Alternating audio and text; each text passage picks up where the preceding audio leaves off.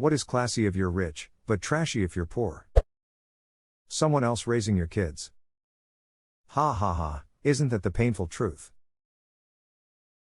Definite exceptions though. For instance, one of my employees is an immigrant who left his kids with their grandparents so he could send money back. The mother doesn't seem to be in the picture. He hasn't mentioned and I won't be the one to bring it up. He says they live pretty well back home, but he only gets to go back once a year or so. His kids are definitely being raised by someone else, but goddamn if that isn't the furthest thing from trashy. Same with one of my coworkers, left his kids, wife, and parents in his home country. Works his ass off and spends every dime above his living costs back home to them. I've overheard him talking to his wife kids on the phone in the break room a few times. I don't speak his native tongue, but you can feel the love in the conversation and the joy just radiates off of him when speaking to them. I wish I could pay for a trip for him to go home and see them. That reminds me of a documentary I once saw about China. A guy left his small rural town to move to a big city so he could earn money and send it home for his wife and his newborn. He did so and sent a bunch of money home, and then when he went back home his young son was scared of him because he didn't recognize him. This is a heartbreakingly common story around the world. Police escorts. Escorts. Courts. Scorts. I was walking put of school one day and my buddy's girlfriend was standing there talking to her friend and complimented the friend on her new skirt. The friend said, "Thanks, but it's really a skirt," and pulled up the piece of cloth in front to show the shorts underneath right as I was walking by.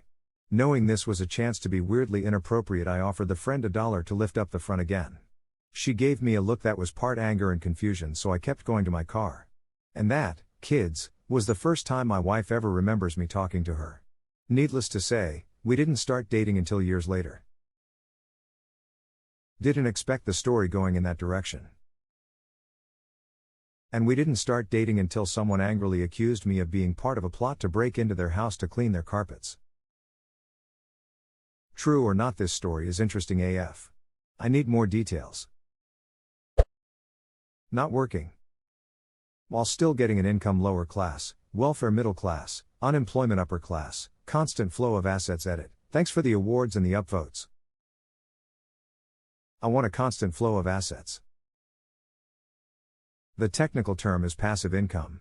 I know a guy who makes $200,000 per year for owning the ATMs in a few large strip clubs. Those $20 fees really add up, lol.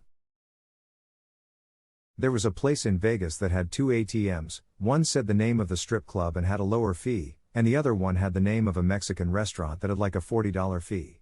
Genius. I'm confused. How does that work? The cheaper one would have the name of the strip club on your bank statement, while the $40 one would have the name of the Mexican restaurant on your statement. Even though it was still located in the strip club. Highly assuming it was targeted at married men with joint bank accounts. Sweetie. I love you, but if you spend another $300 on taquitos again, I'm leaving. Baby, you know I only go for the horchata. Day drinking. It's 10 a.m. in Australia and I'm 8 beers deep. If you woke up before 9:30, you're behind. Can't drink all day if you don't start in the morning. If you live in a tiny home, it's eco-friendly. If you live in a trailer, you're trash. Casinos. Where I'm from, Western Australia, we only have one casino and you have to be 18 to get in. So when you're a young adult, it kind of sits up on a pedestal as one of those places you have to go to. The first time I went, I got all dressed up. My best shirt, dark dress pants, polished shoes. Looking as slick as a 18-year-old bogan could, and man was I so disappointed when I saw that 90% of everyone else there were old grannies feeding the pokies. Vegas was the same, just a lot of retirees in socks and sandals. But goddamn, those all-you-can-eat buffets are good, and the nice ladies that come and give you drinks for playing 1-cent pokey machines. Stayed in a casino hotel in Vegas once. Wasn't there to gamble, had some family affairs to take care of, it was just a shockingly cheap hotel. And the hotel restaurant served me a ducking incredible burger for like $5. I'm talking easily a $20 burger for damn near nothing. I was wondering how the heck they could afford that, then stepped out on one of the casino floors, and went, oh. That's how.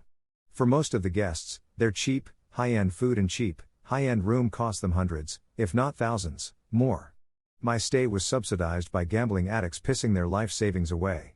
Edit, because this keeps coming up, my hotel was on the old strip, not the current one. It's the El Cortez on Fremont. If you want the cheap, subsidized by gambling addicts experience rather than the overpriced tourist experience, stay off the strip. Unfortunately for them but lucky for me, I don't really gamble. I was in Vegas for 11 days, everyone we met said we were crazy for being there that long, but we had a great time, and spent maybe $150 on gambling, and that was just to booze it up. The amount of good restaurants, bars and shows plus the outlet shopping was amazing. Would love to go back sometime. If you are weird and rich people call you eccentric, but if you are weird and poor people call you crazy. Wealthy loner, he's a misunderstood soul. Poor loner, he's a potential criminal. Such an artiste ducking weird dude. I'm a broke artist and have heard both of these. Giving your kids hard to spellsy names. XA12.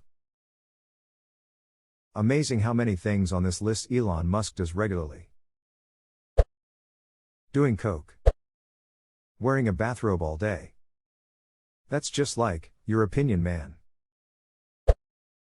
Minimalism. Yep. Can you really call yourself a minimalist if you're just too poor to afford stuff? Being poor, minimalism is very useful tbh. It's also the only choice. Agreed. Was a minimalist by necessity as a young, and poor, person. Now that I can afford things, it's still my choice. Is my choice to be minimalist, and it's my girlfriend's choice to get 3 cats and fill our bedroom with squishmallows. Amen to that. Getting money from the government. If you are rich, I called a bailout. If you are poor, you are a welfare queen and should work harder. Doesn't even have to be a bailout. Walmart tells some of its workers to apply for food stamps. So Walmart can subsidize their wages and then have their workers use those food stamps at the store. Sad thing is they lose their employee discount when using food stamps. Buying old cars. Those classy rich folk buying all of the 98 Grand Ams. Hey, I wanted that 1992 Cutlass. Wandering around half naked. I encourage my wife to do this regardless of our net wealth. It's spring break this week and the kids are out of the house. That's exactly what my husband and myself will be doing. Your kids are too. Thrifting. Oh my gosh. My high school girlfriend was the master thrifter. She had the cutest clothes and this is what we would do on weekends. We'd thrift. I thought it was cute and super fun. My first year in college I realized how poor she actually was, and she thrifted because that was literally all she could afford. It totally didn't dawn on me until then, and it hit me like a brick. We still keep in touch. She is no longer poor. She is still an amazing thrifter. Poor kid here. I feel so fortunate to have been a teen when thrifting was all the rage. Used to be better tbh. Cheap prices and actually nice stuff. Goodwill, it was rare to find a pair of jeans more than $8, tops were $4-ish and shoes were $10 absolute max. I miss those days lol. Florida edit, born and raised in Florida, Gulf Coast, can confirm. Am I poor classy or rich trashy? Neither, am Floridian. Ha ha ha. So true. I lived in Florida for 3 years, and used to visit my grandparents there once a year when they were still alive. When I was little I thought everyone in Florida had a huge house and a boat, and was probably rich. After living there the wealth gap is insane. The coast is all super nice, but go inland a few miles, and it's mostly the breeding ground of the infamous Florida man.